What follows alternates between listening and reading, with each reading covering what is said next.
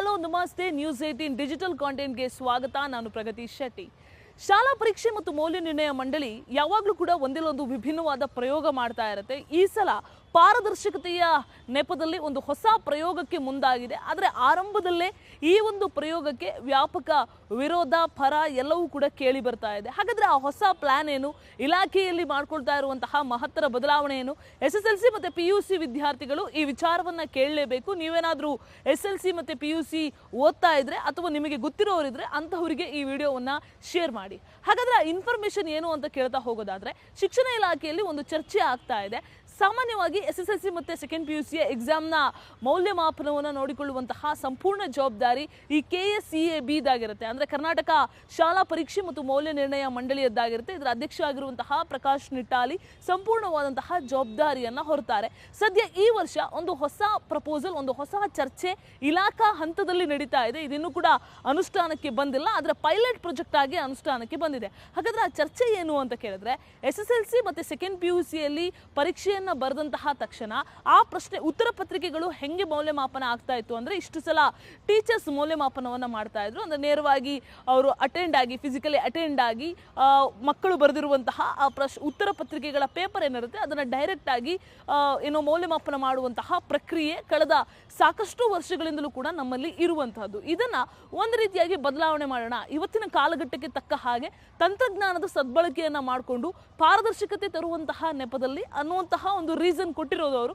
So ಇದರ ಒಂದು ಹೆಸರಿನಲ್ಲಿ ಡಿಜಿಟಲೀಕರಣವನ್ನ ಮಾಡೋದಕ್ಕೆ ಸದ್ಯ ಈಗ ಶಿಕ್ಷಣ ಇಲಾಖೆ ಮುಂದಾಗ್ತಾ ಇದೆ. ಅಂದ್ರೆ ಆನ್ಲೈನ್ ಮೌಲ್ಯಮಾಪನವನ್ನ ಮಾಡುವಂತಹ ಲೆಕ್ಕಾಚಾರದಲ್ಲಿಯೂ ಕೂಡ KSEAB ಇರುವಂತಹದ್ದು. ಅಂದ್ರೆ ಶಿಕ್ಷಣ ಇಲಾಖೆಯಲ್ಲಿ ಈ ವಿಚಾರಕ್ಕೆ ಸಂಬಂಧಪಟ್ಟ ಹಾಗೆ ಒಂದು ಚರ್ಚೆ ಆಗ್ತಾ ಇದೆ. ಇದು ಇನ್ನೂ ಕೂಡ ಅನುಷ್ಠಾನಕ್ಕೆ ಬಂದಿಲ್ಲ.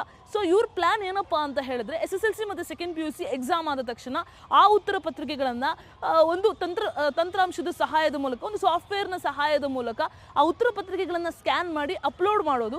ಟೀಚರ್ಸ್ ಅವ್ರು ಎಲ್ಲಿರ್ತಾರೆ ಅಂತಹ ಜಾಗದಿಂದಲೇ ನೇರವಾಗಿ ಅವ್ರಿಗೊಂದು ಪಾಸ್ವರ್ಡ್ ಎಲ್ಲ ಕೊಟ್ಟಿರ್ತಾರೆ. ಅವರದನ್ನ ಲಾಗಿನ್ ಆಗಿ ಆಕ್ಸೆಸ್ ತಗೊಂಡು ಮೌಲ್ಯಮಾಪನವನ್ನ ಮಾಡುವಂತಹ ಪ್ರಕ್ರಿಯೆಯನ್ನ ಮಾಡಬೇಕು ಅನ್ನುವಂಥದ್ದು ಶಿಕ್ಷಣ ಇಲಾಖೆಯಲ್ಲಿ ಸದ್ಯಕ್ಕೆ ಆಗ್ತಾ ಇರುವಂತಹ ಚರ್ಚೆ. ಆದರೆ ಇದನ್ನ ಒಮ್ಮೆಲೆಗೆ ಅನುಷ್ಠಾನ ತಂದುಬಿಟ್ರೆ ಸಾಕಷ್ಟು ಸಮಸ್ಯೆ ಆಗುವಂತಹ ಸಾಧ್ಯತೆ ಇರುತ್ತೆ. ಅಂದರೆ ತಂತ್ರಾಂಶದ, ಅಂದರೆ ಆ ಸಾಫ್ಟ್ವೇರ್ಗಳು ಸರಿಯಾದಂತಹ ನಾಲೆಜ್ ಇಲ್ಲದೆ ಅಥವಾ ಒಂದಷ್ಟು ಅದನ್ನು ಬಳಕೆ ಮಾಡೋದಕ್ಕೆ ಸರಿಯಾಗಿ ಗೊತ್ತಿಲ್ಲದೆ, ಹೀಗೆ ಸಾಕಷ್ಟು ಸಮಸ್ಯೆ ಆಗುವಂತಹ ಸಾಧ್ಯತೆ ಇರುತ್ತೆ ಅನ್ನುವಂತಹ ಕಾರಣಕ್ಕೆ ಮೊದಲ ಹಂತದಲ್ಲಿ ಪ್ರಾಯೋಗಿಕವಾಗಿ ಈ ವರ್ಷ ವೃತ್ತಿಪರ ಎಕ್ಸಾಮ್ಗಳನ್ನು ಮಾಡ್ತಾರಲ್ಲ ಅಂತಹ ಎಕ್ಸಾಮ್ಗಳಿಗೆ ಜೊತೆಗೆ ಸಂಗೀತ, ನೃತ್ಯ ಇಂತಹ ಒಂದಷ್ಟು ಎಕ್ಸಾಮ್ಗಳನ್ನು KSEB ಕಂಡಕ್ಟ್ ಮಾಡುತ್ತೆ.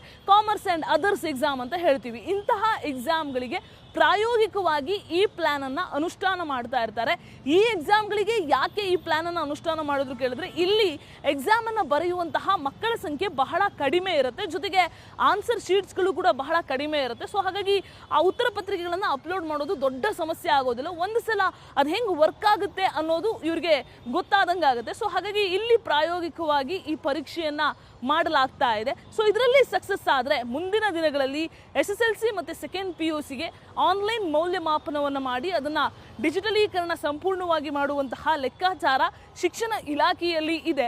ಆದರೆ ಇದಕ್ಕೆ ಆಲ್ರೆಡಿ ಸಿಕ್ಕಾಪಟ್ಟೆ ವಿರೋಧ ವ್ಯಕ್ತ ಆಗ್ತಾ ಇದೆ. ಯಾಕಂದ್ರೆ ಆನ್ಲೈನಲ್ಲಿ ಮೌಲ್ಯಮಾಪನ ಮಾಡುವಂತಹ ಸಂದರ್ಭದಲ್ಲಿ ವಿದ್ಯಾರ್ಥಿಗಳು ಬರೆದಿರುವಂತಹ ಆ ಉತ್ತರ ಪತ್ರಿಕೆಯಲ್ಲಿ ಅಕ್ಷರಗಳು ಸರಿಯಾಗಿ ಅರ್ಥ ಆಗ್ತಾ ಹೋಗೋದಿಲ್ಲ. ಅಂದ್ರೆ ಎಷ್ಟು ಒಬ್ಬೊಬ್ಬ ವಿದ್ಯಾರ್ಥಿಯೂ ಕೂಡ ಒಂದೊಂದು ಪರೀಕ್ಷೆಗೂ ಕೂಡ ಪುಟಗಟ್ಟಲೆ ಉತ್ತರ ಪತ್ರಿಕೆ ಇರುತ್ತೆ. ಅದೇನೋ ಒಂದು 4-5 ಪೇಜ್ಗೆ ಸೀಮಿತ ಆಗಿರೋದಿಲ್ಲ, ಬದಲಾಗಿ ಸಾಕಷ್ಟು ಪುಟಗಟ್ಟಲೆ ಬರೆದಿರ್ತಾರೆ SSLC ಮತ್ತು ಸೆಕೆಂಡ್ PUC ಮೇನ್ಸ್ ಎಕ್ಸಾಮಲ್ಲಿ. ಸೊ ಹಾಗಾಗಿ ಪ್ರತಿಯೊಂದು ಉತ್ತರ ಪತ್ರಿಕೆಯನ್ನು ಪ್ರತಿಯೊಂದು ಪೇಜು ಕೂಡ ಅಪ್ಲೋಡ್ ಮಾಡ್ತಾ ಹೋಗಬೇಕು. ಅದಕ್ಕೆ ಸಾಫ್ಟ್ವೇರ್ನ ಸಹಾಯವನ್ನು ತಗೊಳ್ಬೇಕು. ಜೊತೆಗೆ ಅಪ್ಲೋಡ್ ಮಾಡಿದಂತಹ ಸಂದರ್ಭದಲ್ಲಿ ಮಕ್ಕಳು ಬರೆದಂತಹ ಆ ಅಕ್ಷರ ಸರಿಯಾಗಿ ಕ್ಯಾಪ್ಚರ್ ಆಗಲಿಲ್ಲ ಅಂತ ಅಂದರೆ, ಅಥವಾ ಬೇರೆ ಏನಾದರೂ ತಾಂತ್ರಿಕ ಸಮಸ್ಯೆಗಳು ಎದುರಾದರೆ ಮಕ್ಕಳಿಗೆ ಅಂಕ ಕುಸಿಯುವಂತಹ ಆತಂಕ ಈಗ ಅನೇಕ ಕಡೆಗಳಲ್ಲಿ ಇರುವಂತಹದ್ದು. ಜೊತೆಗೆ ಈ ಕಂಪ್ಯೂಟರನ್ನು ಅಥವಾ ಸಿಸ್ಟಮನ್ನು ಬಳಕೆ ಮಾಡೋದಕ್ಕೆ ಬಾರದೇ ಇರುವಂತಹ ಟೀಚರ್ಸ್ ಏನಾದರೂ ಎಡವಟ್ಟು ಮಾಡಿಬಿಟ್ರೆ ಅನ್ನುವಂತಹ ಆತಂಕ ಇರುವಂಥದ್ದು. ಜೊತೆಗೆ ಅಷ್ಟೊಂದು ಪಾರದರ್ಶಕತೆಯ ಅವಶ್ಯಕತೆ ಈಗ ಸದ್ಯಕ್ಕೆ SSLC PUC ಎಕ್ಸಾಮ್ ಇದೆಯಾ ಅನ್ನುವಂಥದ್ದು ಕೂಡ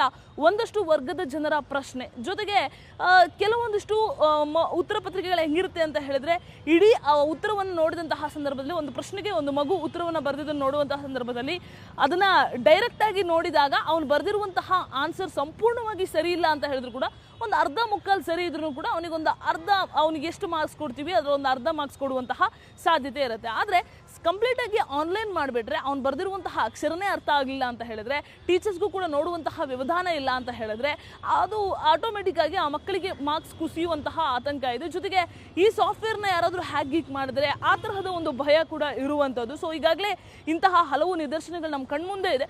ಸೊ ಹಾಗಾಗಿ ಈ ಎಲ್ಲ ಸಮಸ್ಯೆಗಳನ್ನು, ಈ ಎಲ್ಲ ತೊಡಕುಗಳನ್ನು ನಿವಾರಿಸಿಕೊಂಡು ಈ ಪ್ಲಾನನ್ನು ಅನುಷ್ಠಾನ ಮಾಡಿದ್ರೆ ಯಾವುದೇ ರೀತಿಯಾದ ಪ್ರಾಬ್ಲಮ್ ಇಲ್ಲ ಅನ್ನುವಂಥದ್ದು ಅನೇಕ ಶಿಕ್ಷಣ ತಜ್ಞರ ವಾದ. KCB ವತಿಯಿಂದ ಕೆಲವೊಂದು ಎಕ್ಸಾಮ್ಗಳನ್ನು ಉತ್ತರ ಪತ್ರಿಕೆಗಳನ್ನು ಸ್ಕ್ಯಾನ್ ಮಾಡಿ ವ್ಯಾಲ್ಯೂಯೇಷನ್ ಮಾಡಿಸಿ ರಿಸಲ್ಟ್ಸನ್ನು ವ್ಯಾಲ್ಯೂಯೇಷನ್ ಮಾಡೋ ಬಗ್ಗೆ ಚರ್ಚೆ ನಡೀತಾ ಇದೆ. ಈ ಕುರಿತು ಈಗಾಗಲೇ ಒಂದು DPR ಅನ್ನು ಸಹ ಸಿದ್ಧಪಡಿಸ್ತಾ ಇದ್ದೀವಿ. ಸರ್ಕಾರದ ಅನುಮೋದನೆ ಪಡೆದು ಆದರೆ ಇದೇ ವರ್ಷವೇ ಈ ಥರ ಕಾರ್ಯವನ್ನು ಕೈಗೆತ್ತಿಕೊಳ್ಳಲು ಬೋರ್ಡಿಂದ ತೀರ್ಮಾನಿಸಲಾಗಿದೆ. ಈಗ ಸದ್ಯಕ್ಕೆ ಅದರ್ ಎಕ್ಸಾಮ್ಸಲ್ಲಿ ನಡೆಯುವಂತಹ ಕಂಪ್ಯೂಟರ್ ಎಜುಕೇಷನ್ನು ಮತ್ತು ಕಾಮರ್ಸ್ ಎಜುಕೇಷನ್ ಮಾಡಬೇಕಂತ ಹೇಳಿ ಪ್ಲ್ಯಾನ್ ಮಾಡಿದ್ದೀವಿ. ಮುಂದಿನ ದಿನಗಳಲ್ಲಿ ನಿಖರವಾಗಿ ಇದ್ರ ಬಗ್ಗೆ ತಿಳಿಸಲಾಗುವುದು. 8th 9th ಬಗ್ಗೆ ನನ್ನ ಕಡೆ ಯಾವುದೋ ವಿಷಯ ಇಲ್ಲಿ ಪ್ರಸ್ತಾಪ ಆಗಿಲ್ಲ ಇಲ್ಲಿ. ಈಗ ಸದ್ಯಕ್ಕೆ ನಾವು ಮಾಡ್ತಾ ಇರೋದು ಪೈಲಟ್ ಪ್ರಾಜೆಕ್ಟ್ ಥರನೇ. First will go for the smaller numbers ಎಕ್ಸಾಮ್ಸಲ್ಲಿದ್ದಾವೆ. ಅದನ್ನು ಎಂಡ್ ಮಾಡಿದರೆ ಏನಾಗುತ್ತೆ ಅಂತ ತಿಳ್ಕೊಂಡು ಮುಂದಿನ ದಿನಗಳಲ್ಲಿ ಮತ್ತೆ ಮುಂದುವರಿತೀವಿ. SSLCಗೆ ಈಕ್ವಲೆಂಟ್ ಸಬ್ಜೆಕ್ಟ್ಸೇ ಬರ್ತವೆ. ಕಾಮರ್ಸ್ ಎಕ್ಸಾಮ್ಸ್ ಅಂತ ಒಂದಿದೆ, ಕಂಪ್ಯೂಟರ್ ಎಜುಕೇಷನ್ ಅಂತ ಇದ್ದಾವೆ, ಮತ್ತು ಇತರ ಇನ್ನೂ 6-7 ಸಬ್ಜೆಕ್ಟ್ಸ್ ಇದ್ದಾವೆ. ಆ ಸಬ್ಜೆಕ್ಟ್ಸ್ಗಳಲ್ಲಿ ಕಂಡಕ್ಟ್ ಮಾಡಬೇಕಾದಲ್ಲಿ ಈ ಸದ್ಯಕ್ಕೆ ನಾವು ಕಂಪ್ಯೂಟರ್ ಎಜುಕೇಷನ್ ಮತ್ತು ಕಾಮರ್ಸ್ ಎಕ್ಸಾಮ್ ಮಾಡಬೇಕಂತ ಪ್ಲಾನ್ ಮಾಡ್ಕೊಂಡಿದ್ದೀವಿ. ಈಗಾಗಲೇ VTU ಕೂಡ ತಂತ್ರಜ್ಞಾನವನ್ನು ಬಳಕೆ ಮಾಡಿಕೊಂಡು ಎಕ್ಸಾಮ್ ನಡೆದು ಒಂದು 5 ನಿಮಿಷದಲ್ಲೆಲ್ಲ ರಿಸಲ್ಟ್ ಕೊಟ್ಟು ಈಗಾಗಲೇ ರೆಕಾರ್ಡನ್ನು ಮಾಡಿದೆ. ಅಂತಹ ನಿಟ್ಟಿನಲ್ಲಿ ಅದೇ ರೀತಿಯಾಗಿ ಇಲ್ಲೂ ಕೂಡ ಅಪ್ಲೈ ಆಗುತ್ತಾ, ಅದೇ ಮಾರ್ಗವನ್ನು ಇವರು ಕೂಡ KSEAB ಕೂಡ ಅನುಷ್ಠಾನ ಮಾಡುತ್ತಾ ಅನ್ನುವಂಥದ್ದು ಪ್ರಶ್ನೆ ಇದೆ. ಯಾಕಂದರೆ ಬರೆಯುವಂತಹ ಮಕ್ಕಳ ಸಂಖ್ಯೆ ಇಲ್ಲಿ ಡಬಲ್ ಇರುತ್ತೆ. SLCಯಲ್ಲಿ ಸುಮಾರು 8 ಲಕ್ಷಕ್ಕೂ ಅಧಿಕ ಮಕ್ಕಳು ಲಾಸ್ಟ್ ಇಯರ್ ಎಕ್ಸಾಮನ್ನು ಬರೆದಿದ್ರು. PUCಯಲ್ಲೂ ಕೂಡ 7,10,000 ಸಮಥಿಂಗ್ ಮಕ್ಕಳು ಎಕ್ಸಾಮನ್ನು ಬರೆದಿದ್ರು. ಸೊ ಹಾಗಾಗಿ ಬರೆಯುವಂತಹ ಮಕ್ಕಳ ಸಂಖ್ಯೆಯೂ ಜಾಸ್ತಿ ಇರುತ್ತೆ. ಒಂದೊಂದು ಮಗು ಒಂದೊಂದು ಪರೀಕ್ಷೆಗೆ ಒಂದೊಂದು ವಿಷಯಕ್ಕೆ ಪುಟಗಟ್ಟಲೆ ಬರೆದಾಗ ಅದರ ಆನ್ಲೈನ್ ಮೌಲ್ಯಮಾಪನ ಕೂಡ ಕಷ್ಟ ಸಾಧ್ಯ ಆಗುವಂತಹ ಸಾಧ್ಯತೆ ಇದೆ. ಗೊತ್ತಿಲ್ಲ, ಇದೆಲ್ಲವೂ ತೊಡಕುಗಳನ್ನು ನಿವಾರಣೆ ಮಾಡಿ ತಂತ್ರಜ್ಞಾನವನ್ನು ಸದ್ಬಳಕೆ ಮಾಡಿಕೊಂಡು ಶಿಕ್ಷಣ ಇಲಾಖೆ ಸಫಲ ಆಗಲಿ ಅನ್ನೋದು ಅನೇಕರ ಹಾರೈಕೆ. ಈ ವಿಷಯದ ಬಗ್ಗೆ ನಿಮಗೇನು ಅನಿಸುತ್ತೆ ಅನ್ನೋದನ್ನ ಕಮೆಂಟ್ ಮಾಡಿ ತಿಳಿಸಿ. ನಿರ್ಭೀತ, ನಿಷ್ಪಕ್ಷಪಾತ, ವಿಶ್ವಾಸಾರ್ಹ ಸುದ್ದಿಗಳಿಗೆ ಮತ್ತೊಂದು ಹೆಸರಾಗಿರುವ ನ್ಯೂಸ್ 18 ಕನ್ನಡ ಈಗ ಆಪ್ನಲ್ಲೂ ಲಭ್ಯವಿದೆ. ದಯವಿಟ್ಟು ಇಲ್ಲಿರುವ QR ಕೋಡ್ ಅನ್ನು ಸ್ಕ್ಯಾನ್ ಮಾಡಿಕೊಂಡು ಆಪ್ ಡೌನ್ಲೋಡ್ ಮಾಡೋದಕ್ಕೆ ಮರಿಬೇಡಿ. ನಿಮ್ಮ ಬೆಂಬಲ ಹೀಗೆ ಸದಾ ನಮ್ಮೊಂದಿಗಿರಲಿ. ಧನ್ಯವಾದ.